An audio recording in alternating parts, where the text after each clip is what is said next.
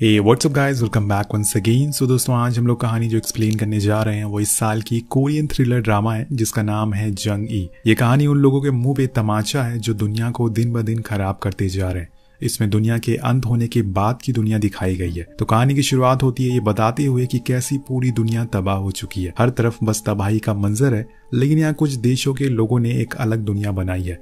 उन्हीं में से एक साउथ कोरिया भी है जिसका औरों की तरह बहुत ही बुरा हाल है। ये सब असल में ग्लोबल वार्मिंग की वजह से हुआ है। लोगों की गलतियों की वजह से आज ये सब हो रहा है। इसी दौरान हम कहानी के लीड कैरेक्टर जंग ई को देखते हैं जो कुछ लोगों से लड़ाई कर रही है, पर असल में ये लोग नहीं बल्कि रोबोट्स हैं जिन्हें हर रोज जंग से लड़वाया जाता है। पर यहाँ भी एक ट्विस्ट आता है जब हमें पता चलता है कि जंग भी इंसान नहीं है, वो असल में एक एआई रोबोट है जिसके अंदर बस इंसानी दिमाग लगा हुआ है। तो इस लैब के लोग उसे हर रोज लड़वाते हैं ताकि वो उन्हें नीचे भेज सकें और दूसरे देशों से लड़ने के लिए। लेकिन जंग हर बार एक ही जगह पे आके अटक जाती है और वो हार मान जाती है, जिसके बाद उन्हें फिर से एक नई रोबोट को बनाना पड़ता है। लेकिन अभी तक इन्हें कामयाबी हासिल नहीं हुई है। तो अगले सीन में हम सी नाम की लेडी को देखते हैं जो इस क्रोनाइड नाम की कंपनी में या फिर लैब में काम करती है।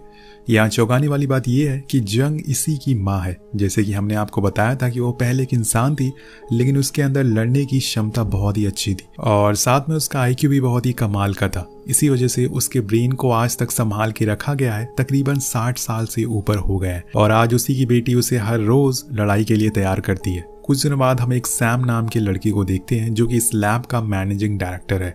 वो सी से कहता है कि आज यहाँ पे कुछ गवर्नमेंट ऑफिशियल आने वाले हैं तो तुम्हें उन्हें संभालना होगा क्योंकि अब मेरे बस की बात नहीं है। दरअसल ये ऑफिशियल हर रोज आते हैं और इन्हें दिखाया जाता है कि असल में जंग को कैसे बनाया गया है, उसमें कोई प्रोग्रेस हो रही है या फिर नहीं। लेकिन नाकामयाबी की वजह से वो इन सब चीज़ों से तंग आ चुके हैं और उन्हें जल्द से जल्द अब एक एडवांस रोबोट चाहिए जो और देशों के रोबोट से लड़ सके।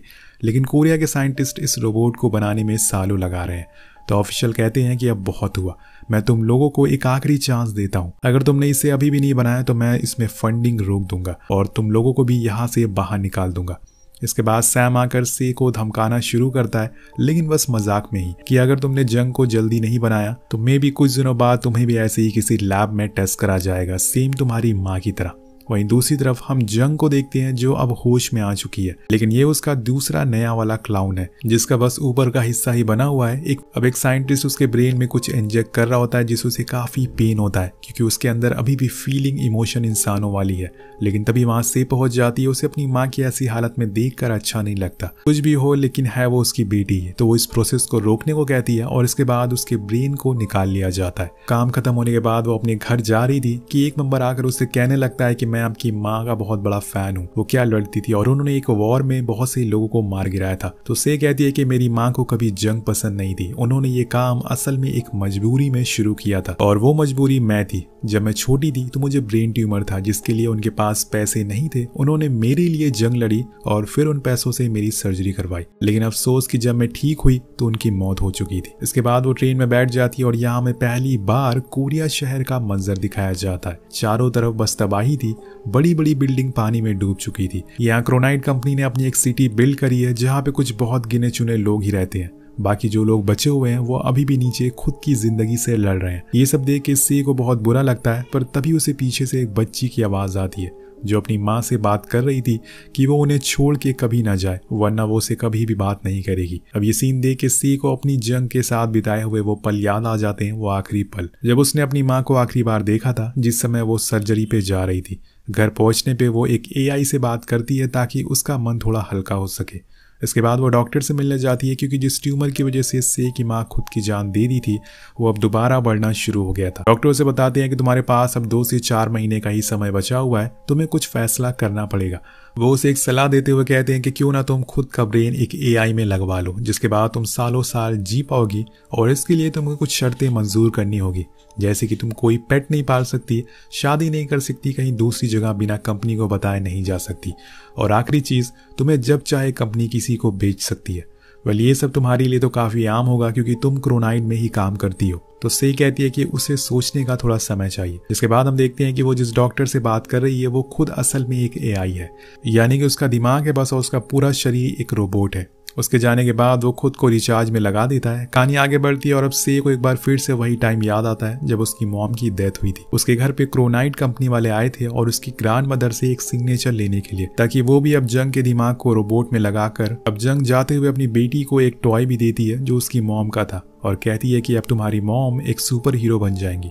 उस समय तो उसे ये सब कुछ समझ नहीं आया, लेकिन जैसे जैसे समय बीतता चला गया उसे ये सारी चीज़ें समझ आ गई। अब देखो वो अपनी मॉम की टेस्टिंग कर रही है। इसके बाद वो अपनी मॉम की बॉडी के पास जाती है जिसका आज तक संभाल कर रखा गया था। वो उन्हें देखकर थोड़ा इमोशनल भी हो जाती है। वहीं दूसरी तरफ हम देखते हैं कि एक नया AI रोबोट बनाया गया है, उसमें अब जंग के ब्रेन को फिक्स करा जा रहा है।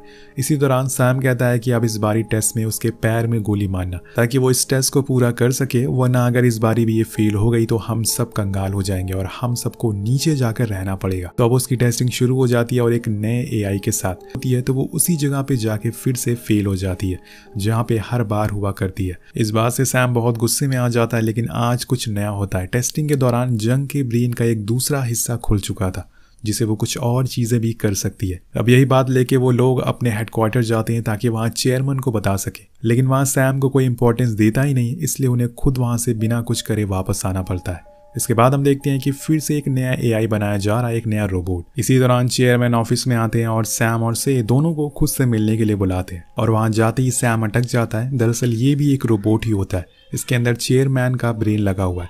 उन्होंने इसे स्विच ऑफ करा जैसे ही वो अंदर आया था, जिसके बाद वो से कहते हैं कि अब तुम उन सारे रोबोट्स को बनाना बंद कर दो। और वो से कहता है कि तुम उन सारे रोबोट्स को बंद कर दो और जंग वाले प्रोजेक्ट को भी बंद कर दो, क्योंकि जंग खत्म हो चुकी है तो किसी भी रोबोट का कोई काम नहीं है। और हाँ, जो रोबोट बन चुके हैं उन्हें घर के कामों के लिए फंक्शनिंग कर दो जिसे वो वेस्ट ना हो। इसके बाद चेयरमैन सैम को ऑन कर देता और वो कहता है कि इससे अपनी मॉम का प्रोजेक्ट जारी रखना चाहती है, क्यों ना हम बस एक आखिरी बार टेस्ट करके देख ले। तो वो मान जाता है और जंग को एक बार फिर से लड़ाई के लिए भेजा जाता है, लेकिन हर बार की तरह वो इस बारी भी हार मान जाती है। अब उसी जगह पे आकर अटक जाती है। ये देखकर सैम बहुत गुस्से में आ जाता है और वो उसके एक हाथ को काटने लगता है, उसे तकलीफ देने लगता है। वेल, जंग के अंदर एक इंसानी दिमाग था तो उसे दर्द महसूस होता था और ये सारी चीजें से देखी नहीं जाती। वो उसे बंद कर देती है, जिससे सैम गुस्से में आ जाता है और उसके ऊपर ही बंदूक तान देता है। पर तभी चेयरमैन उसे बुला लेता है और उसे जाना पड़ता है। अगले सीन में वो अंदर जाकर अपनी मॉम के सारे डेटा को कलेक्ट कर लेती है, क्योंकि आज ये प्रोजेक्ट बंद होने वाला है। इसी दौरान उसके चेस्ट में दर्द होने लगता है, यानी कि वो ट्यूमर अब बड़ा होने लगा है। तभी अचानक से कुछ आवाजें आती है जो इसकी मॉम की थी, तो वो चेक करने जाती है और उसे दिखता है कि एक एम्प्लॉय के रूम में उसकी मां को रोबोट को खड़ा करा गया, जिसे कुछ पहनाया नहीं गया था और अब इसे ऐसे ही मार्केट में बेचा जाएगा। ये देखकर से बहुत ही गुस्से में आ जाती है और उस एम्प्लॉय को मारने लगती है, पर वो कहता है कि ऊपर से हमें ऑर्डर आया ऐसा करने के लिए, इसमें मेरी कोई भी गलती नहीं है। इससे उन लोगों को काफी अच्छा प्रॉफिट होगा, इसलिए वो इसे ऐसे ही बेचना चाहते हैं। और वो उसे बताता है कि जंग ने ब्रेन देने से पहले उन सारी शर्तों को माना था और उन शर्तों में ये भी शामिल थी, उनकी बॉडी को कोई भी यूज कर सकता है। तो से उसे छोड़ देती है और वहां से चली जाती है। सीन कट होके पहुंचता है सैम पे, जो चुपचाप लेटा हुआ था। उसे बुरा लग रहा था कि उसने जंग को एक अच्छा रोबोट नहीं बना पाया और अब इस प्रोजेक्ट को बंद करने जा रहा है। तभी वहां से पहुंच जाती है। वो एक बार फिर से जंग को एक्टिव कर देती है और उसके ब्रेन के दूसरे सेक्शन को ओपन करने की कोशिश करती है और वो खुल भी जाता है। और उसके बाद जंग सबसे पहले अपनी बेटी के बारे में पूछती है कि क्या उसकी सर्जरी हो गई है, अब वो कैसी है। तो से जवाब देती है कि अब वो ठीक है। जंग कहती है कि उसने मुझे एक गुड लक डॉल भी दी थी, लेकिन वो मैंने पता नहीं कहाँ गुम कर दी, जिसकी वजह से मैं ये जंग हार गई और तब से लेकर मैं सारी जंगें हारी जा रही हूँ। और यहाँ में पता चलता है कि जब भी वो उस डॉल को देखती थी, अपनी बेटी की डॉल को, वो रुक जाती थी, इसलिए वो बार बार फेल हो रही थी। अब से ये सब जानकर बहुत ही इमोशनल हो जाती है और उसे डीएक्टिवेट कर देती है। लेकिन यहाँ से अब चाहती है कि उसकी मॉम का कोई गलत इस्तेमाल ना हो, इसलिए वो डिसाइड करती है कि वो उन्हें यहाँ से बाहर निकालेगी, जिसके लिए वो उसे एक आखिरी बार टेस्ट करने के लिए फील्ड में लाने को कहती है और खुद सब कुछ हैंडल करने को बोलती है, जिसे वहाँ का स्टाफ चला जाता है। लेकिन उनके जाने के बाद वो जंग के कानों में कहती है कि कैप्टन, ये लोग आपके दिमाग का मिसयूज करने वाले हैं, इसलिए अब से जो मैं कहूँ वो आपको करना होगा। कुछ देर बाद फिर से फाइटिंग शुरू होती है, जिसे स्टाफ के लोग मॉनिटर कर रहे थे, पर उन्हें आज कुछ अजीब दिखता है। जंग पहले से काफी वीक परफॉर्मेंस दे रही है। अब ये बात वो सैम को ही बताते हैं, लेकिन वो कहता है कि अब क्या फर्क पड़ने वाला है, अब तो प्रोजेक्ट वैसे ही बंद हो चुका है और उसके जाने के बाद वो मर जाती है। लेकिन बीच रास्ते में सैम वापस आकर उस क्लिप को स्पीड स्लो में चलाने को बोलता है, तो वो देखता है कि उसे गोली लगी नहीं है, उसने तो बस बाहर निकलने का नाटक किया है। इसी बीच इमरजेंसी लाइट ऑन हो जाती है क्योंकि जंग अब बाहर भागने लगी थी। जैसे कि से ने उसे करने को कहा था, वो सबसे लड़ते हुए बढ़ती रहती है। उधर से अपनी मॉम का सारा डेटा डिलीट करने में लगी है ताकि बाद में उसे कोई पहचान ना पाए और उसका मिसयूज ना कर पाए। उधर जंग बाहर निकलते ही एक हॉल में पहुंचती है जहां पे हजारों की तादाद में उसी की तरह रोबोट खड़े थे जिन्हें अब अलग अलग कामों में लाया जाएगा। वहां से निकल रही होती है कि तभी सैम की रोबोटिक आर्मी वहां आ जाती है। लेकिन जंग बहुत ही आसानी से उन्हें हरा देती है, पर आखिर में एक रोबोट उसे पकड़ लेता है और जान से मार देता है। लेकिन तभी हम देखते हैं कि से ने पहले ही अपनी मॉम का ब्रेन चेंज कर दिया था।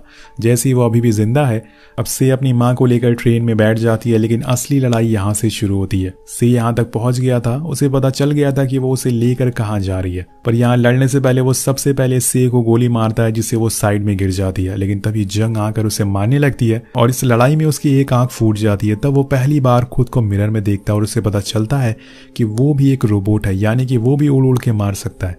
जिसके बाद क्या होना था, वो दोनों आपस में बहुत देर तक लड़ते हैं। कुछ रोबोटिक्स आर्मी वाले भी वहां आ जाते हैं जिन्हें जंग बहुत ही आसानी से मार डालती है, पर असली लड़ाई उसकी और सैम के बीच में होती है। वो उसे पूरी टक्कर दे रहा था, पर एक समय आता है जब ट्रेन जाकर एक दूसरी ट्रेन से टकरा जाती है जिसमें दोनों लटक जाते हैं। हालांकि से अपनी मां को बचा लेती है, लेकिन सैम नीचे गिर जाता है और तब तक वहां पर पुलिस भी आ चुकी थी। इसलिए से अपनी मॉम से कहती है कि अब आप यहाँ से भाग जाइए, वरना ये लोग आपको फिर से कैद कर लेंगे। जाने से पहले जंग उसे उसी तरह से गले लगाती है जैसे वो अपनी बेटी को बचपन में लगाती थी। अब यहाँ पर दोनों इमोशनल हो जाते हैं, जिसके बाद वो जंगल की ओर भागने लगती है और भागकर एक ऊंची जगह पर जाकर खड़ी हो जाती है और देखती है कि ये दुनिया कितनी खूबसूरत है, लेकिन हम उसे बर्बाद करते जा रहे हैं। और कुछ इसी तरह से ने अपनी मॉम की जान बचा ली और इसी के साथ ये कहानी भी यहीं खत्म हो जाती है। वेल, आपको ये कहानी कैसी लगी नीचे कमेंट करके जरूर बताएगा। मिलते हैं आपसे वीडियो में। Thank you so much watching. Peace out.